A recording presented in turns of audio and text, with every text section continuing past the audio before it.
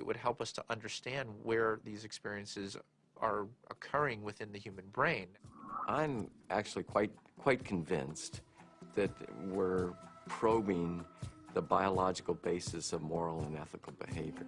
I think these primary religious experiences really are at the bedrock of the world's religions.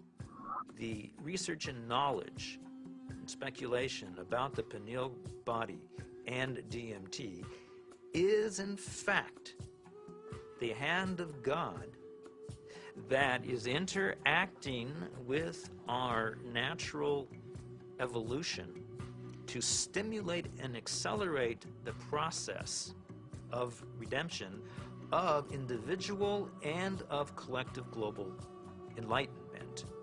Because of my ayahuasca experiences, I consider myself a spiritual person.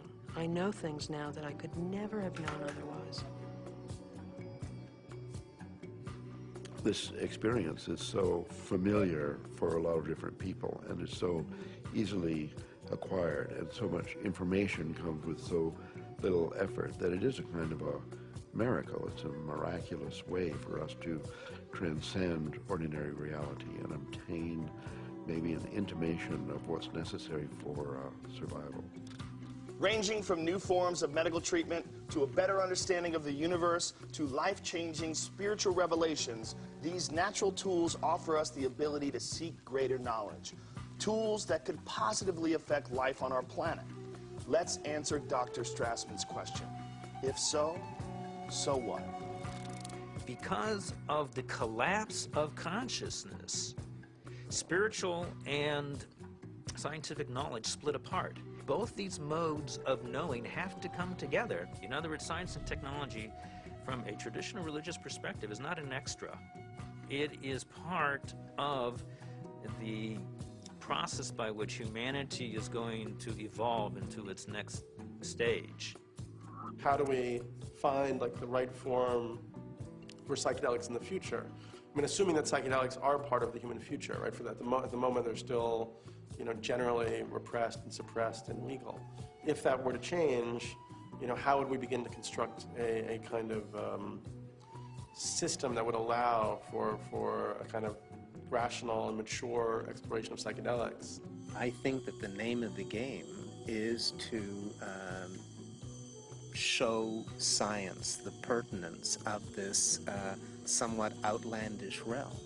And it's not just crazy stuff. It shouldn't be considered as, let's say, not even worthy of interest or illegitimate. I actually think because it's declared off bounds, it just makes it interesting to start with. But one doesn't want to throw out the baby with the bathwater, and I think it's really important to stay faithful to science.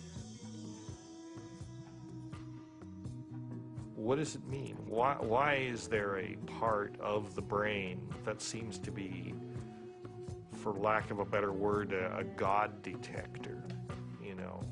What's the evolutionary advantage to having some part of the brain that seems to, trigger and mediate experiences of the transcendent? The Kabbalah is revealing to us that the pineal body is actually the very edge of the higher dimension that is penetrating into our lower dimension, and it is located precisely in the middle of the brain. I can remember reading about Descartes, thinking that it was actually the interface between the spiritual dimension and the dimension of matter. And I remember studying that as a foolish idea from our history. And now it seems actually like a very interesting idea. What we are looking for out there is really in here. It is the doorway. It is the gate. So we focus on the transformative effect of the psychedelics. But it's also true that the reverse is true, that it requires transformation in order to embrace psychedelics. It's one of the tricky paradoxes of postmodernism, that psychedelics both require and produce a transformative effect. We have severed our connection to spirit. That's what our society has done. It has sought to persuade us that the material realm is the only realm, and the only way we're going to recover is to reconnect with spirit. And I truly believe we need the help of the plants in order to do that. Part of our work is to respect these medicines and then to change the culture enough that people doing them can be respected and held, and not everybody needs to do them, not everybody should or wants to, but that it isn't pushed to the side. And so part of that does involve then research, because that's how in our reductionist society we validate things.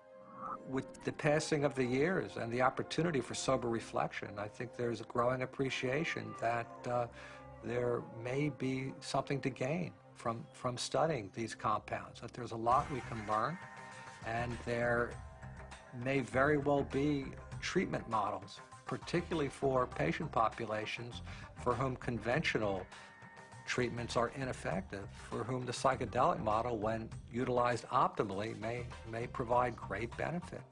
I think the most important thing that we could do right now that would be fairly straightforward to do is to ask and answer the question of whether ayahuasca could help people who have drug and alcohol abuse. And given that we know that DMT and similar alkaloids have a very strong effect on the same receptor sites that are involved in depression, and the notion that most people, in my experience, who use drugs and alcohol are self-medicating a deep depression or an anxiety.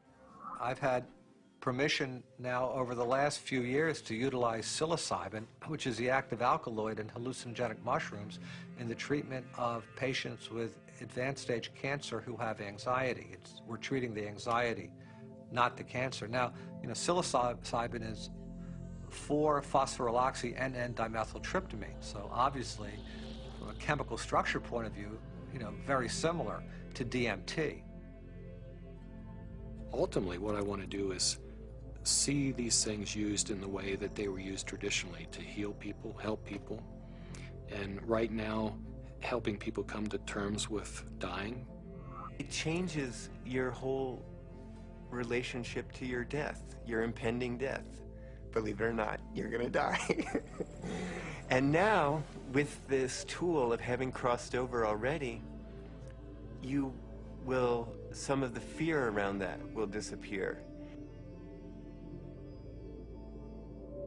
Now I'm beginning to wonder whether consciousness may actually survive biological death, that maybe the model that we've been working under in psychiatry and the behavioral pharmacology model is just wrong. It's backwards, actually. That consciousness is primary in the universe and matter is a result of. Utilizing substances like DMT or 5-methoxy-DMT may really help us prepare by practicing a transient dying experience.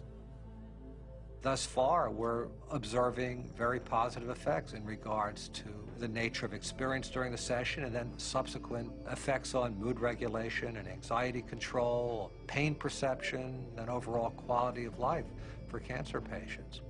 By and large, our subjects do quite well in the time they have remaining. For those people who do come to terms with it, part of it is a recognition that these psychedelics open up a space that they weren't aware existed, and sort of give them a vision of what could be past death, as well as a better perspective on the accomplishments they've made in life, a better feeling about what they've done in their own lives. But I think all people who have psychedelic trips and meditations and so on are poking more or less into the same higher realm and receiving some information from there. If we can develop this could be absorbed into ordinary science that we could approach with the scientific method and so on, then our intelligence, our capability of survival on planet Earth would be increased. I mean, we're a dying species. We live on a dying planet. We're killing the planet. So our disease is extremely serious, and therefore we're desperate to find new information, ideas, and so on that can transcend. We have to evolve. And I think our intellectual evolution may be predicated upon the psychedelic pioneers. It's so easy to change the world. I mean, and that's the kind of thing that you can see on psychedelics. If you don't get trapped in the beauty and awe of the psychedelic experience itself. You know, it's like looking through the chandelier of reality from a different vantage point. You know, you can now project through those crystals in another way, and it's beautiful. But, okay, now come back, you know, now come back.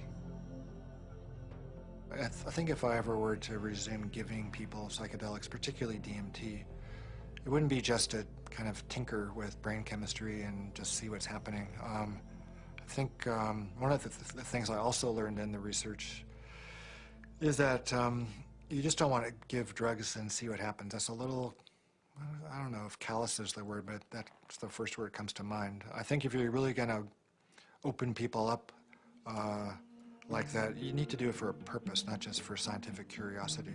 And, you know, I'd like to be helpful rather than just sort of smart or clever.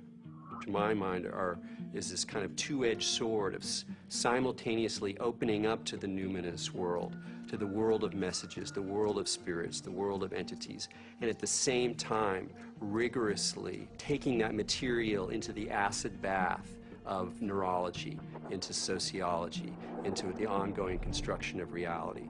And that the wisdom that these things bring is this kind of very tricky mixture of authentic religious experience with gods and messages and clear signs, and a sort of remarkable mirror of the mind. The curiosity, perhaps the uniqueness of the human creature, is that we live in both realms. We have the ability for spiritual experience, and we have the ability for physical experience. The agenda of the spirit world, if there is an agenda, is to allow us to experience our full potential and to deliver our full potential. And maybe the choices that we are making right now as a civilization and a society rebound far beyond ourselves. And, I think DMT is a forcible reminder that there's a lot more about reality, the universe, ourselves, the biosphere, whatever, that there's a lot more to it than we imagine.